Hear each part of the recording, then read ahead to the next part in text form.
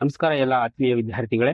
ಇವತ್ತಿನ ವಿಡಿಯೋದಲ್ಲಿ ನಾವು 10ನೇ ತರಗತಿಯ ರಸಾಯನಶಾಸ್ತ್ರದಲ್ಲಿ ಬರುವಂತಹ ಲೋಹಗಳು ಮತ್ತು ಅಲೋಹಗಳು ಪಾಠದಿಂದ ಕೆಲವೊಂದು ಉನ್ನತ ಮಟ್ಟದ ಆಲೋಚನಾ ಕೌಶಲ್ಯ ಪ್ರಶ್ನೆಗಳನ್ನು ಅಥವಾ ಚಿತ್ರಾಧಾರಿತ ಪ್ರಶ್ನೆಗಳು ಅಥವಾ ಚಟುವಟಿಕೆ ಆಧಾರಿತ ಪ್ರಶ್ನೆಗಳನ್ನು ನಾವು ಚರ್ಚೆ ಮಾಡ್ತಾ ಹೋಗೋಣ.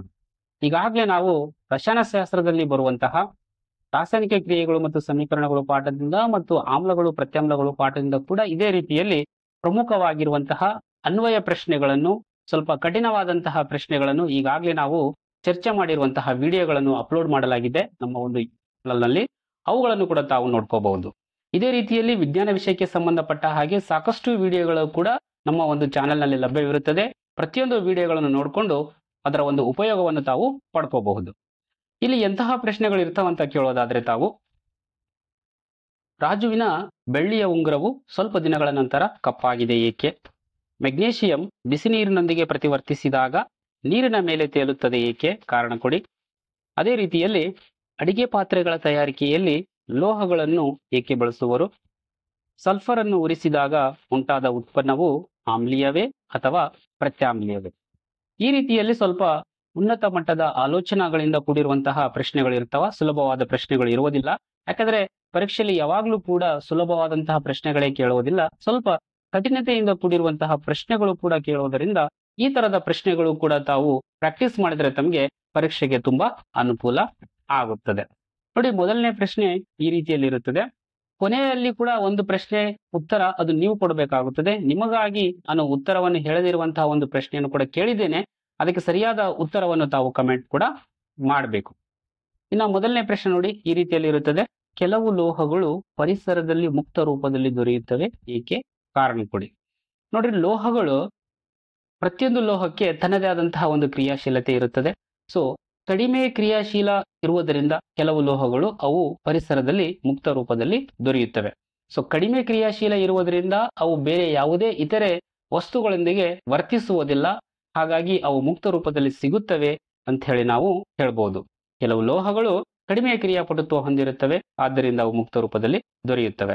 ಇನ್ನು ಎರಡನೇ ಪ್ರಶ್ನೆ ನೋಡಿ.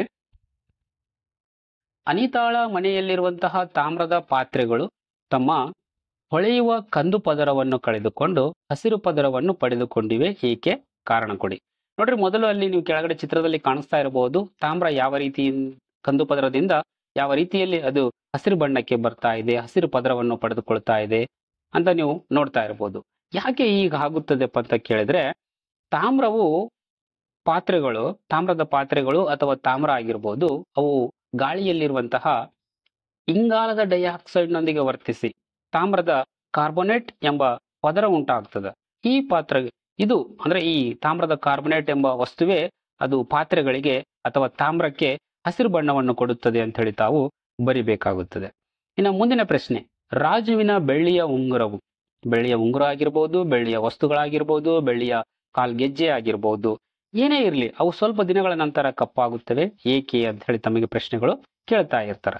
ಸೊ ನೋಡ್ತಾ ಇರ್ಬೋದು ಕೆಳಗಡೆ ಚಿತ್ರದಲ್ಲಿ ಕೂಡ ಮೊದಲು ಬೆಳ್ಳಿಯ ವಸ್ತು ಯಾವ ರೀತಿಯಲ್ಲಿತ್ತು, ಅದು ಯಾವ ರೀತಿಯಾಗಿ ಪರಿವರ್ತನೆ ಆಗಿದೆ ಅಂತ ಹೇಳಿ.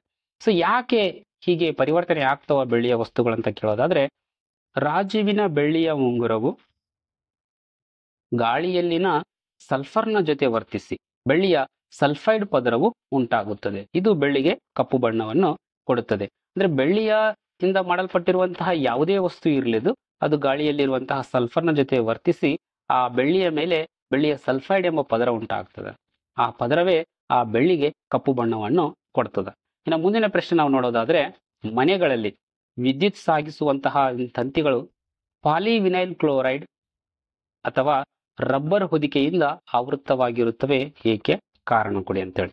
ಅಲ್ಲಿ ಕೆಳಗಡೆ ಚಿತ್ರದಲ್ಲಿ ಕೂಡ ತಾವು ನೋಡ್ತಾ ಇರಬಹುದು. ಆ ಒಂದು ವಿದ್ಯುತ್ ಅನ್ನು ಸಾಗಿಸುವಂತಹ ತಂತಿಗಳು ಮೇಲೆ ರಬ್ಬರ್ ಹೊದಿಕೆ ಕಂಡು ಬರ್ತಾ ಇದೆ. ಯಾಕಂದ್ರೆ ಲೋಹಗಳು ವಿದ್ಯುತ್ ವಾಹಕಗಳಾಗಿವೆ. ವಿದ್ಯುತ್ ಪ್ರವಹಿಸುತ್ತಿರುವಂತಹ ಲೋಹವನ್ನು ಬರಿಗೈಯಿಂದ ನೇರವಾಗಿ ಮುಟ್ಟಿದಾಗ ವಿದ್ಯುತ್ ಆಘಾತ ಉಂಟಾಗುವುದು. ಆದ್ದರಿಂದ PVC ಅಂದ್ರೆ ಪಾಲಿವಿನೈಲ್ ಕ್ಲೋರೈಡ್ ಅಥವಾ ರಬ್ಬರ್ ಹೊದಿಕೆಯಿಂದ ಲೋಹಗಳು ಆವೃತವಾಗಿರುತ್ತವೆ. ಇನ್ನು ಮುಂದಿನ ಪ್ರಶ್ನೆ, ಶಾಲಾ ಗಂಟೆಗಳನ್ನು ಲೋಹಗಳಿಂದ ಯಾಕೆ ಮಾಡಿರುತ್ತಾರೆ? ನೋಡಿ, ಸುಲಭವಾದ ಪ್ರಶ್ನೆ ಇದು. ಲೋಹಗಳನ್ನು ಒಂದು ಗಟ್ಟಿಯಾದ ಮೇಲ್ಮೈಗೆ ಬಡಿದಾಗ ಶಬ್ದ ಉಂಟು ಮಾಡುವ ಶಾಬ್ದನ ಗುಣ ಹೊಂದಿದೆ, ಆದ್ದರಿಂದ ಬಳಸುತ್ತಾರೆ. ಅಂದ್ರೆ ಉತ್ತರ ತುಂಬಾ ಸುಲಭವಾಗಿದೆ, ಆದರೆ ಆ ಉತ್ತರವನ್ನು ಹೇಗೆ ಬರಿಬೇಕಂತ ತಿಳ್ಕೋಬೇಕು. ಸ್ವಲ್ಪ ಅದನ್ನು ತಿಳ್ಕೊಂಡ್ರೆ ಸುಲಭವಾಗಿ ನಿಮಗೆ ಉತ್ತರ ಗೊತ್ತಾಗ್ತದೆ. ಮುಂದಿನ ಪ್ರಶ್ನೆ, ಅಡಿಗೆ ಪಾತ್ರೆಗಳ ತಯಾರಿಕೆಯಲ್ಲಿ ಲೋಹಗಳನ್ನು ಏಕೆ ಬಳಸುವರು? ಇದಕ್ಕೆ ನೋಡಿ ಸರಿಯಾದಂತಹ ಉತ್ತರ, ಲೋಹಗಳು ಉಷ್ಣದ ಉತ್ತಮ ವಾಹಕಗಳು ಮತ್ತು ಲೋಹಗಳು ತನ್ಯ ಮತ್ತು ಕುಟ್ಟ ಗುಣಗಳನ್ನು ಹೊಂದಿರುವುದರಿಂದ ಅವುಗಳಿಗೆ ನಾವು ವಿಭಿನ್ನ ಆಕಾರಗಳನ್ನು ಕೊಡಬಹುದಾಗಿದೆ. ಆದ್ದರಿಂದ ಅಡಿಗೆ ಪಾತ್ರೆಗಳ ತಯಾರಿಕೆಯಲ್ಲಿ ಬಳಸುವರು. ಮುಂದಿನ ಪ್ರಶ್ನೆ, ಲವಣದ ದ್ರಾವಣದ ವಾಹಕತೆಯನ್ನು ಪರೀಕ್ಷಿಸುವ ಚಟುವಟಿಕೆಯಲ್ಲಿ ಸಕ್ಕರೆಯ ದ್ರಾವಣದ ಮತ್ತು ಉಪ್ಪು ನೀರಿನ ದ್ರಾವಣ ತೆಗೆದುಕೊಂಡಾಗ ಯಾವ ದ್ರಾವಣದ ಮೂಲಕ ವಿದ್ಯುತ್ ಹರಿಯುತ್ತದೆ ಮತ್ತು ಏಕೆ? ಉಪ್ಪು ನೀರಿನ ದ್ರಾವಣದ ಮೂಲಕ ವಿದ್ಯುತ್ ಹರಿಯುತ್ತದೆ, ಏಕೆಂದರೆ ಅದು ಅಯಾನುಗಳನ್ನು ಬಿಡುಗಡೆ ಮಾಡುತ್ತದೆ.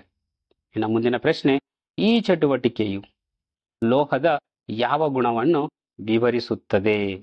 ನೋಡಿ, ಇದು ಪುಸ್ತಕದಲ್ಲಿ ಇರುವಂತಹ ಒಂದು ಚಟುವಟಿಕೆಯ ಚಿತ್ರ ಇದೆ. ಈ ರೀತಿಯಲ್ಲಿ ಕೂಡ ಅಂದ್ರೆ ಒಂದು ಚಿತ್ರ ಕೊಟ್ಟು ಆ ಚಿತ್ರಕ್ಕೆ ಸಂಬಂಧಪಟ್ಟ ಹಾಗೆ ಕೂಡ ತಮಗೆ ಪರೀಕ್ಷೆಯಲ್ಲಿ ಪ್ರಶ್ನೆಗಳು ಕೇಳಬಹುದು. ಸೊ ಇಲ್ಲಿ ಚಟುವಟಿಕೆ ಎ ಮತ್ತು ಚಟುವಟಿಕೆ ಬಿ, ಅಂದ್ರೆ ಚಿತ್ರ ಎ ಮತ್ತು ಚಿತ್ರ ಬಿ ಇದೆ, ಅದು ಯಾವ ಚಟುವಟಿಕೆಯನ್ನು ವಿವರಿಸುತ್ತದೆ ಅಂತ ಹೇಳಿ ನೀವು ನಿಮಗೆ ಕೇಳಬಹುದು. ಮೊದಲನೇ ಚಿತ್ರ ಅಂದ್ರೆ ಚಟುವಟಿಕೆ ಎ ಯಲ್ಲಿ ಲೋಹಗಳು ಉಷ್ಣದ ವಾಹಕಗಳು ಎಂದು ತೋರಿಸುವುದನ್ನು ವಿವರಿಸುತ್ತದೆ.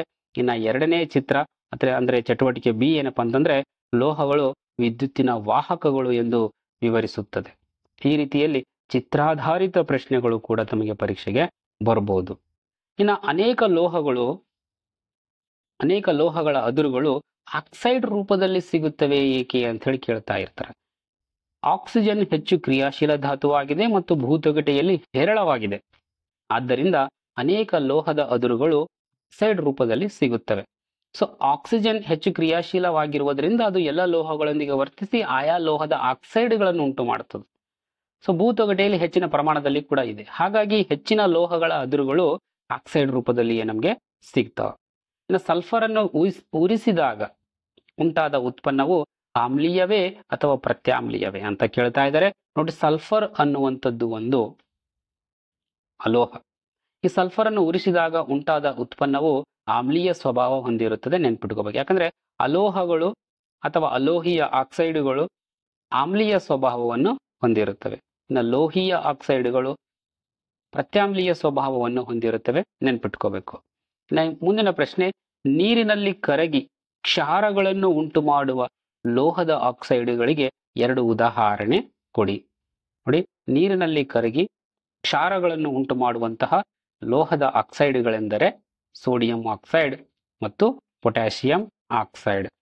ಇನ್ನು ಮೆಗ್ನೀಷಿಯಂ ಬಿಸಿ ನೀರಿನೊಂದಿಗೆ ಪ್ರತಿವರ್ತಿಸಿದಾಗ ನೀರಿನ ಮೇಲೆ ತೇಲುತ್ತದೆ, ಏಕೆ? ಕಾರಣ ಕೊಡಿ. ಕೆಳಗಡೆ ಚಿತ್ರದಲ್ಲಿ ಕೂಡ ತಾವು ನೋಡ್ತಾ ಇರಬಹುದು. ಮೆಗ್ನೀಷಿಯಂ ತಂತಿಯನ್ನು ಒಂದು ಪ್ರಾಣದಲ್ಲಿ ಹಾಕಿ ಬಿಸಿನೀರಲ್ಲಿ ಹಾಕಿದರೆ ಅದು ಯಾವ ರೀತಿಯಲ್ಲಿ ವರ್ತಿಸಿ ಅದು ಯಾವ ರೀತಿಯಲ್ಲಿ ಒಂದು ಗುಳ್ಳೆಗಳನ್ನು ಉಂಟು ಮಾಡ್ತಾ ಇದೆ, ಅಲ್ಲಿ ಯಾವ ಗುಳ್ಳೆಗಳು ಉಂಟಾಗ್ತಾ ಇದೆ, ಅದೆಲ್ಲ ಆನ್ಸರ್ ನಾವು ನೋಡೋಣ. ಮೆಗ್ನೀಷಿಯಂ ಬಿಸಿನೀರಿನೊಂದಿಗೆ ವರ್ತಿಸಿದಾಗ ಹೈಡ್ರೋಜನ್ ಅನಿಲ ಬಿಡುಗಡೆ ಆಗ್ತದೆ. ನೋಡಲ್ಲಿ ಕೆಳಗಡೆ ನೀವು ನೋಡ್ತಾ ಇದ್ರಲ್ಲ ಗುಳ್ಳೆಗಳು, ಅವು ಹೈಡ್ರೋಜನ್ ಅನಿಲದ ಗುಳ್ಳೆಗಳು. ಸೊ ಅವು ಮೇಲಕ್ಕೆ ಬರ್ತವೆ, ಹಗುರವಾಗಿರ್ತವೆ, ಅನಿಲವಾಗಿದೆ, ಅದು ನೀರಿನಲ್ಲಿ ವಿಲೀನವಾಗುವುದಿಲ್ಲ. ಹಾಗಾಗಿ ಅದು ಮೇಲಕ್ಕೆ ಬರ್ತದೆ. ಮೇಲಕ್ಕೆ ಬರುವಾಗ ಅದು ಮ್ಯಾಗ್ನೀಷಿಯಂ ಅನ್ನು ಮೇಲಕ್ಕೆ ತರ್ತದೆ. ಮ್ಯಾಗ್ನೀಷಿಯಂನ ಸ್ವಲ್ಪ ಪರಮಾಣುಗಳು, ಮ್ಯಾಗ್ನೀಷಿಯಂ ಕೆಲವೊಂದು ಅಣುಗಳು ಆ ಹೈಡ್ರೋಜನ್ಗೆ ಅಂಟಿಕೊಂಡಿರ್ತಾವಲ್ಲ, ಆ ರೀತಿಯಲ್ಲಿ ಮ್ಯಾಗ್ನೀಷಿಯಂ ಕೂಡ ಮೇಲೆ ಬಂದಂತೆ ನಮಗೆ ಕಾಣಿಸುತ್ತದೆ. ಈ ಹೈಡ್ರೋಜನ್ ಅನಿಲದ ಗುಳ್ಳೆಗಳು ಮೆಗ್ನೀಷಿಯಂ ಲೋಹದ ಮೇಲ್ಮೈಗೆ ಅಂಟಿಕೊಳ್ಳುವ ಕಾರಣ ನೀರಿನ ಮೇಲೆ ತೇಲಲು ಪ್ರಾರಂಭಿಸುತ್ತದೆ ಮೆಗ್ನೀಷಿಯಂ. ಇನ್ನು ಮುಂದಿನ ಪ್ರಶ್ನೆ, ಲೋಹೀಯ ಆಕ್ಸೈಡ್ಗಳಿಂದ ಲೋಹಗಳನ್ನು ಅಪಕರ್ಷಿಸಲು ಕಾರ್ಬನ್ನ ಜೊತೆಯಲ್ಲಿ ಇನ್ನು ಯಾವ ಯಾವ ಲೋಹಗಳನ್ನು ಅಪಕರ್ಷಣಕಾರಿಯಾಗಿ ಬಳಸುವರು? ಸೋಡಿಯಂ, ಕ್ಯಾಲ್ಸಿಯಂ, ಅಲ್ಯೂಮಿನಿಯಂ ಇತ್ಯಾದಿಗಳನ್ನು ಅಪಕರ್ಷಣಕಾರಿಯಾಗಿ ಬಳಸುವರು. ಇನ್ನು ಸಾಮಾನ್ಯವಾಗಿ ಲೋಹಗಳು ಆಮ್ಲಗಳೊಂದಿಗೆ ವರ್ತಿಸಿದಾಗ ಹೈಡ್ರೋಜನ್ ಅನಿಲ ಬಿಡುಗಡೆ ಮಾಡುತ್ತವೆ. ಆದರೆ ಲೋಹಗಳು ನೈಟ್ರಿಕ್ ಆಮ್ಲದೊಂದಿಗೆ ವರ್ತಿಸಿದಾಗ ಹೈಡ್ರೋಜನ್ ಅನಿಲ ಬಿಡುಗಡೆಯಾಗುವುದಿಲ್ಲ, ಏಕೆ? ಕಾರಣ ಕೊಡಿ. ಲೋಹವು ನೈಟ್ರಿಕ್ ಆಮ್ಲದ ಜೊತೆ ಪ್ರತಿವರ್ತಿಸಿದಾಗ ನೈಟ್ರಿಕ್ ಆಮ್ಲವು ಪ್ರಬಲ ಉತ್ಕರ್ಷಣವಾಗಿರುವುದರಿಂದ ಉತ್ಪತ್ತಿಯಾದ ಹೈಡ್ರೋಜನ್ ಅನ್ನು ನೀರಾಗಿ ಪರಿವರ್ತಿಸುತ್ತದೆ ಮತ್ತು ಸ್ವತಃ ಯಾವುದಾದರೊಂದು ನೈಟ್ರೋಜನ್ ಆಕ್ಸೈಡ್ ಆಗಿ ಅಪಕರ್ಷಣೆ ಹೊಂದುತ್ತದೆ ಅಂತ ಹೇಳಿ ತಾವು ಬರಿಬೇಕಾಗುತ್ತದೆ. ಇನ್ನು ಈ ಮೇಲಿನ 3 ಚಿತ್ರಗಳಲ್ಲಿ ಯಾವುದರಲ್ಲಿ ಕಬ್ಬಿಣದ ಮೊಳೆಗಳು ತುಕ್ಕು ಹಿಡಿಯುತ್ತವೆ, ಏಕೆ? ಕಾರಣ ಕೊಡಿ ಅಂತ ಹೇಳಿ ತಮಗೆ ಈ ರೀತಿಯಲ್ಲಿ ಕೂಡ ಕೇಳಬಹುದು. ಒಂದು ಚಿತ್ರ ಆಧಾರಿತ ಅಲ್ಲಿ 3 ರೀತಿಯ ಪ್ರಮಾಣಗಳು, ಒಂದರಲ್ಲಿ ಗಾಳಿ ಮತ್ತು ನೀರಿದೆ, ಒಂದರಲ್ಲಿ ನೀರಿದೆ ಎರಡನೇ ಪ್ರಣಾಳದಲ್ಲಿ, ಸೊ ಗಾಳಿ ಇಲ್ಲ. ಮೂರನೇದರಲ್ಲಿ ಗಾಳಿನೂ ಇಲ್ಲ, ನೀರಿನೂ ಇಲ್ಲ. ಸೊ ರೀತಿಯಲ್ಲಿ ನಿರ್ವಾತ ಒಂದು ಸ್ಥಳವನ್ನು, ಪ್ರದೇಶವನ್ನು, ಸನ್ನಿವೇಶವನ್ನಲ್ಲಿ ಸೃಷ್ಟಿ ಮಾಡಿದ್ದಾರೆ. ಸೊ ಯಾವುದರಲ್ಲಿ ಕಬ್ಬಿಣದ ಮೊಳೆ ತುಕ್ಕು ಹಿಡಿತದ, ಅಲ್ಲಿ ಕಬ್ಬಿಣದ ಮೊಳೆ ತುಕ್ಕು ಹಿಡಿಯೋದು ಕೂಡ ತೋರಿಸಿದ್ದಾರೆ. ಬಟ್ ನಿಮಗೆ ಪರೀಕ್ಷೆಯಲ್ಲಿ ಬೇರೆ ರೀತಿಯ ಒಂದು ಚಿತ್ರ ಕೊಟ್ಟು, ಕ್ಲಿಯರ್ ಆಗಿರುವಂತಹ ಒಂದು ಚಿತ್ರ ಕೊಟ್ಟು ನಿಮಗೆ ಅಲ್ಲಿ ಕಬ್ಬಿಣದ ಮೊಳೆ ತುಕ್ಕು ಹಿಡಿಯದೇ ರೀತಿಯಲ್ಲಿ ತೋರಿಸಿ ಕೂಡ ನಿಮ್ಗೆ ಅಲ್ಲಿ ಕೇಳಬಹುದು. ನಾನು ತುಕ್ಕು ಹಿಡಿದಿರುವಂತಹ ಮೊಳೆಯನ್ನೇ ತೋರಿಸಿ ಕೇಳ್ತಾ ಇದ್ದೀನಿ, ಆದರೂ ಕೂಡ ಇದೆಲ್ಲ ನಿಮಗೆ ಸ್ಟಡಿಗೆ ಹೆಲ್ಪ್ ಆಗಲಿ ಅಂತೇಳಿ ಮಾಡ್ತಾ ಇರುವಂಥದ್ದು. ಸೊ ಇಲ್ಲಿ ವಿಷಯ ನೀವು ತಿಳ್ಕೊಂಡ್ರೆ ಅವ್ರು ಯಾವುದೇ ರೀತಿಯಲ್ಲಿ ಚಿತ್ರ ಕೊಟ್ಟರು ಕೂಡ ತಾವು ಉತ್ತರವನ್ನು ಬರೀಬಹುದು ಈಸಿಯಾಗಿ. ಕಬ್ಬಿಣವು ಗಾಳಿ ಮತ್ತು ನೀರಿಗೆ ತೆರೆದುಕೊಂಡಿದ್ದಾಗ ಮಾತ್ರ ತುಕ್ಕು ಹಿಡಿಯುವುದು. ಹಾಗಾಗಿ ಪ್ರಣಾಳ ಏನಲ್ಲಿರುವಂತಹ ಕಬ್ಬಿಣದ ಮೊಳೆಯು ತುಕ್ಕು ಹಿಡಿಯೋದು. ಅಂದ್ರೆ ಮೊದಲನೇ ಪ್ರಣಾಳದಲ್ಲಿ ಇಲ್ಲಿ ಕಬ್ಬಿಣ ತುಕ್ಕು ಹಿಡಿದಿದೆ ಆಲ್ರೆಡಿ, ಚಿತ್ರದಲ್ಲಿ ತಾವು ಗಮನಿಸಬಹುದು ಕೂಡ. ಬಟ್ ಪರೀಕ್ಷೆಯಲ್ಲಿ ಈ ರೀತಿಯಲ್ಲಿ ಇರೋದಿಲ್ಲ, ನೇರವಾಗಿ ಅಲ್ಲಿ ನಿಮಗೆ ಮೊಳೆಯನ್ನೇ ಕೊಡದೆ ಕೇಳಬಹುದು ಡೈರೆಕ್ಟ್ ಆಗಿ. ಸೊ ಹಾಗಾಗಿ ಮೊದಲನೇ ಒಂದು ಪ್ರಣಾಳದಲ್ಲಿ ಒಂದು ಕಬ್ಬಿಣದ ಮೊಳೆಯನ್ನು ಹಾಕಿದ್ರೆ ಅದು ತುಕ್ಕು ಹಿಡಿತದ ಅಂತ ಹೇಳಿ ತಾವು ಬರೀಬೇಕಾಗ್ತದೆ. ಇನ್ನ ಕೊನೆಯದಾಗಿ ಈ ಪ್ರಶ್ನೆ ನಿಮಗಾಗಿ ಇರುತ್ತದೆ. ಪ್ರಶ್ನೆಯನ್ನು ಸರಿಯಾಗಿ ಕೇಳಿಸ್ಕೊಂಡು ಉತ್ತರವನ್ನು ಕೆಳಗಡೆ ಕಮೆಂಟ್ ಮಾಡಿ, ನೋಡೋಣ ಯಾರು ಸರಿಯಾಗಿ ಉತ್ತರವನ್ನು ಹೇಳ್ತೀರಂತೇಳಿ. ಲೋಹದ ಯಾವ ಗುಣಗಳನ್ನು ಬಳಸಿಕೊಂಡು ಈ ಮೇಲಿನ ವಸ್ತುಗಳನ್ನು ತಯಾರಿಸಲಾಗಿದೆ? ಅಲ್ಲಿ ಎ ವಸ್ತು ಮತ್ತು ಬಿ ವಸ್ತು, 2 ವಸ್ತುಗಳಿವೆ. ಲೋಹದ ಯಾವ ಗುಣವನ್ನು ಬಳಸಿಕೊಂಡು ಆ ಮೇಲಿನ ವಸ್ತುಗಳನ್ನು ತಯಾರಿಸಿದ್ದಾರೆ ಅಂತ ಹೇಳಿ ಕೆಳಗಡೆ ತಾವು ಕಮೆಂಟ್ ಮಾಡಬೇಕಾಗುತ್ತದೆ. ಸೊ ಈ ರೀತಿಯಲ್ಲಿ ನಾವು ರಸಾಯನಶಾಸ್ತ್ರದ 3 ಪಾಠಗಳನ್ನು ಚರ್ಚೆ ಮಾಡಿದ್ದೇವೆ. ಸ್ವಲ್ಪ ಅನ್ವಯ ಪ್ರಶ್ನೆಗಳನ್ನು. ನೆಕ್ಸ್ಟ್ ಇನ್ನ ಒಂದು ಪಾಠ ಉಳಿದಿದೆ, ಕಾರ್ಬನ್ ಮತ್ತು ಪಾಠಗಳನ್ನು, ಕಾರ್ಬನ್ ಮತ್ತು ಅದರ ಸಂಯುಕ್ತಗಳು ಎನ್ನುವಂತಹ ಪಾಠವನ್ನು ನಾವು ಮುಂದಿನ ವಿಡಿಯೋದಲ್ಲಿ ಚರ್ಚೆ ಮಾಡೋಣ ಅಂತ ಹೇಳುತ್ತಾ ತಮ್ಮೆಲ್ಲರಿಗೂ ಧನ್ಯವಾದ.